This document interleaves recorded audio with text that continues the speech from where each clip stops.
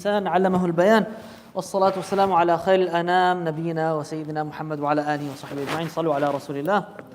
اللهم صل وسلم وبارك على سيدنا محمد صلاة تفتح لنا أبواب الرضا والتيسير وتغلق بها عنا أبواب الشر والتعسير. أنت مولانا فنعم المولى ونعم النصير. ربي أوزعني أن أشكر نعمتك التي أنعمت علي وعلى والدي وأن أعمل صالحا ترضاه وأصلح لي في ذريتي إني تبت إليك وإني من المسلمين وأدخلني برحمتك في عبادك الصالحين. We ask Allah subhanahu wa ta'ala to allow us to benefit from the knowledge of Al-Imam An-Nawawi rahmatullahi alayhi and to benefit from this book. Say Ameen. Assalamu alaikum wa rahmatullahi wa barakatuh. Imam An-Nawawi, he goes into now some more etiquettes, specifically before he was talking about the student and teacher. Now he says, Adab Hamil al-Quran, the etiquettes of the bearers of the Quran. Are the bearers of the Quran only those that are fully huffaz? Only those that have the qira'at? Only those that... No. You don't have Surah Al-Fatiha? You don't have the surahs? Of course. كُلُّنَا نَحْمِلُ الْقُرْآنِ. We are all bearers of the Quran. So this applies to all of us. It's not, oh, this is specific to the hafiz, or this is specific to the one who knows 5 juz or 10 juz. No, it's all of us, all Muslims, because we all hold the Quran in our hearts, whether it be Surah Al-Fatiha, whether it be the short surahs, whether it's Juz Amma, some people know Juz Tabarak as well, some people know different surahs, Kahf, Maryam, whatever it may be. Kulluna, this is related to all of us.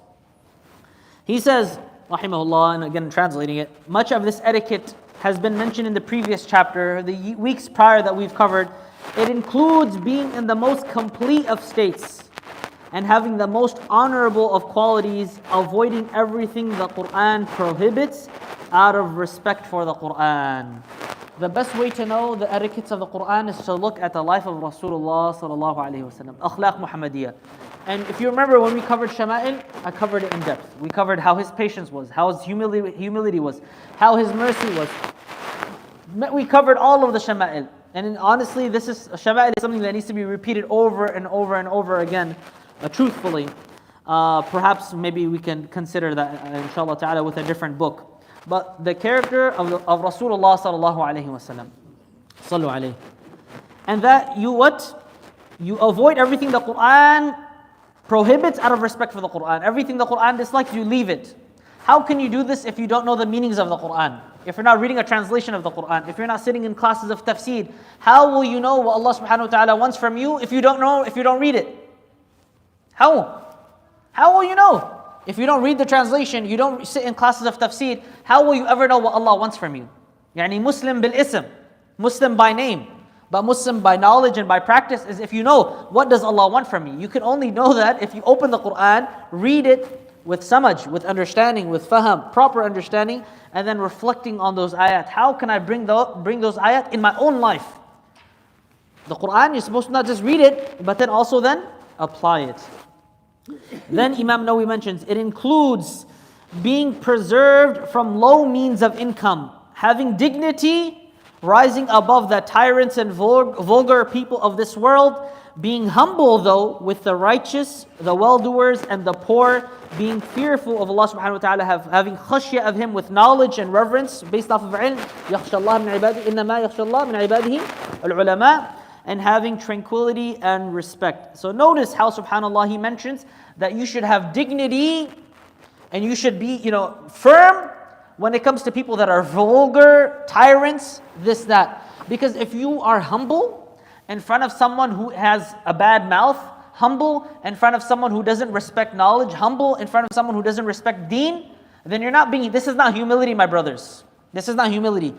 Humility is when you show it with other believers. When you come to the masjid, you're humble. But in front of faces like this, you're supposed to have izzatun nafs. Because otherwise they're just going to talk down on you and put you down. That's not what's intended by Islam either. Okay? So having izzah towards those types of people, but the salihin, the righteous Muslims, the people that come and attend classes, the people that are, Muslims, good practicing Muslims, you are with them. أذلة على المؤمنين. Why does Allah subhanahu wa ta'ala say they are humble? على المؤمنين. They are low على المؤمنين. Isn't على to go on top? Isn't it? Why? Because in reality, that humility in the dhul that you're showing, فيه رفعة. That's why Allah says أذلة على المؤمنين. Because people sometimes might confuse the quality of humility and to lower yourself as something that puts you beneath. But really, it's fihi rif'a. That's what Allah says, أَذِلَّ عَلَى الْمُؤْمِنِينَ. Look at the balagha of the Quran, subhanAllah. It has been related that Umar radiallahu anhu, he said, Ya ma'shar al-qurra. He's talking to the qurra here. All of us are qurra. Naqra al-Quran. Lift your heads. Irfa'u ru'usakum. Raise your heads. Don't be putting yourself down. Look at the status Allah subhanahu wa ta'ala has given you through the Quran. Look at what Allah has gifted you through this Quran. The path has been laid for you. Very clear. So, فَاسْتَبِقُوا إِلَى الْخَيْرَاتِ. He said, advance towards the good actions, the good deeds, and do not be dependent upon people. This is very, very important. Not to be dependent upon people. I remember my great-grandmother, she would always make the dua, Ya Allah, never make me muhtaj. She would say, Ya Allah, never make me dependent upon people. Because dependent whether it be through wealth, dependent whether it be through health, all of these things we ask Allah subhanahu wa ta'ala, لِلصَّحَةِ وَالْعَافِيَةِ. People sometimes consider that, they see talabur rizq as something that is bad. Seeking rizq and seeking a good life for yourself and for your family, this is not hubb ad-dunya. This is not love of dunya. This is you taking care of your own masalih, of your family, of yourself. These are actually things that Sharia encourages and wants. There's a good book that is written by Sheikh Joe Bradford. It's a 40 ahadith compilation related to Islamic finance. It's all ahadith. And many of us, sometimes we have this false understanding of what Islam expects from us. We assume that Islam wants us to be living as poor individuals and live as though we don't know. In fact, many of the Sahaba radiallahu anhum were from the wealthy, but they were generous. You see? So that is the example that we should, of course, follow. Having the dunya in your hands is not like having dunya in your heart. Abdullah ibn Mas'ud radiallahu anhu, the great companion of Rasulullah sallallahu alaihi wasallam, he said, the bearer of the Quran, this is beautiful, should be known by his night in tahajjud, when the people are sleeping. Ahlul Quran, the people of Quran, true bearers of the Quran, they're not sleeping at nighttime. They're in tahajjud. This is the time, the sweetest time where you can build your relationship with Allah Azza wa Jal. Allah is saying, who will ask me, I will give. Who will seek forgiveness, I forgive him. Who will want this and I will give him. Man. And you remember that one female, the one sister, she was making tawaf around the Kaaba, and she was saying, Ana. One shaykh came up to her, sister, Ana is not a dua. Ish hada, you're making dua, Ana. There is no dua, Ana. You have to say, Allahumma a'atini kazaka, Allah, Rabbana atina fi dunya hasana. And she corrected him right away. She says, doesn't Allah subhanahu wa ta'ala come in the lowest part of the heaven at night time, and he's saying, who will seek forgiveness so I forgive him? So I'm saying Ana. Who will ask so I will give him?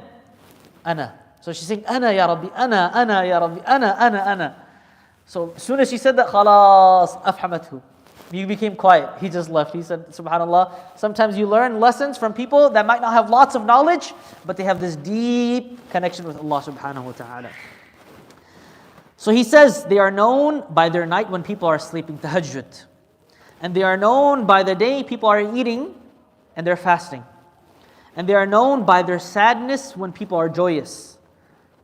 And they are known by their weeping when people are laughing. Ahlul Quran, the people of Quran, the people who are always reading Quran and yaqra'oon, and they beautify the recitation, their hearts are always softer. Their hearts, Ahlul Quran, their hearts are soft.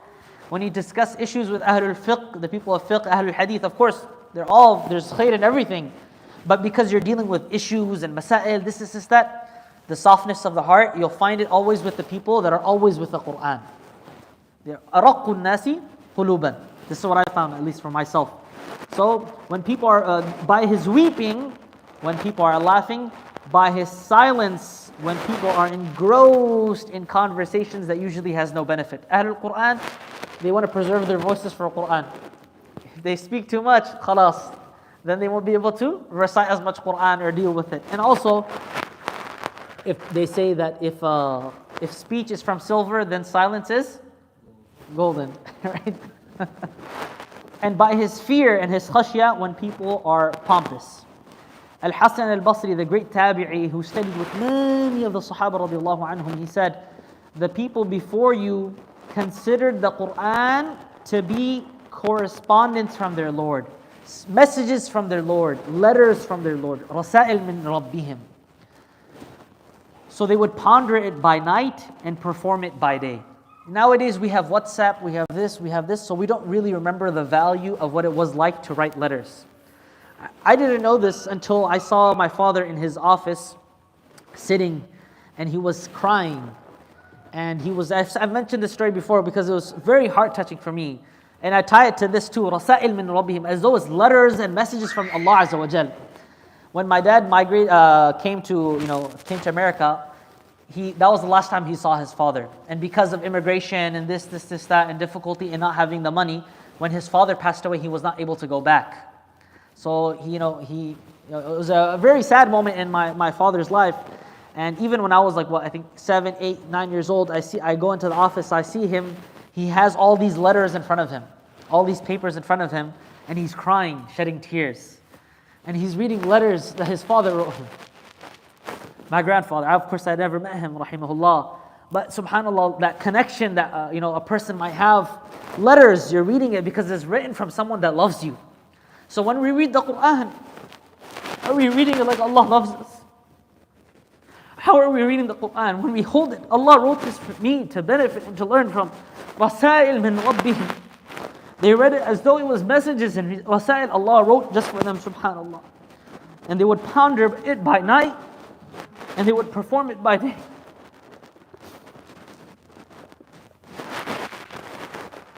Allahumma ja'alna min ahli al-Quran. Fudayl ibn Iyad, he says, rahimahullah, the bearer of the Quran should have no need of any caliph or of any lesser person. Again, showing that the person of Quran should be independent. He should not be relying on anybody else, because the izzah that the Quran gives him, that is enough. He should never put himself in a position lower when Allah subhanahu wa ta'ala has honored him with the Quran. He also said that the bearer of the Quran is the bearer of the banner of Islam, Rayatul Islam. He should not distract himself with someone who distracts himself, nor talk about nonsense with those who talk nonsense, all out of due veneration of the Quran. I mean, Allah subhanahu wa ta'ala has given you this book. Why waste your time? Why distract yourself? Why go into conversations that you know are of no benefit when Allah has given you this amazing, amazing book? اللهم اجعلنا من أهل القرآن الذين هم أهلك وخاصتك. اللهم اجعل القرآن ربيع قلوبنا ونور صدورنا وجلاء أحزاننا وذهاب همومنا وغمومنا. In the next chapters, Imam an-Nawawi discusses reciting for livelihood, taking wages for Quran, and then the issue of completing the Quran over and over again. And subhanAllah, I decided not to discuss this because my thesis is referring to these issues. Can you take money for ijazah? Can you take money for teaching Quran? Can you take money for reciting Quran? If you look at many in Egypt, in Pakistan, in many of our Muslim countries, the reciters, they get fees. Can you do this? Is there permissibility towards it? I'm going to be writing in my research paper, and then I'll be able to, after my research, discuss what Imam an-Nawawi said. And also, what is the ruling of someone who doesn't recite the Quran throughout the year? Is he sinful? Is it wajib? Is it mustahab? How many times do you and I have to recite the Quran for us not to fall in sin? Imam Abu Hanifa, he mentions, it's in Itqan, that the least thing that you should do, just as the khatama of Jibreel with the Prophet ﷺ was how many? Twice, if you remember. So he said at least a Muslim should do 2 khatamas a year. One in Ramadan is what usually people practice, and then one throughout the year that you get to enjoy. If you do more, even better. But the hafiz of Quran, so that he doesn't fall in forgetfulness, he should be doing it way more. The least thing, they say 30 to 40 days. But we'll discuss it in detail in the weeks to come, inshallah ta'ala. Assalamu alaikum wa rahmatullahi wa barakatuh.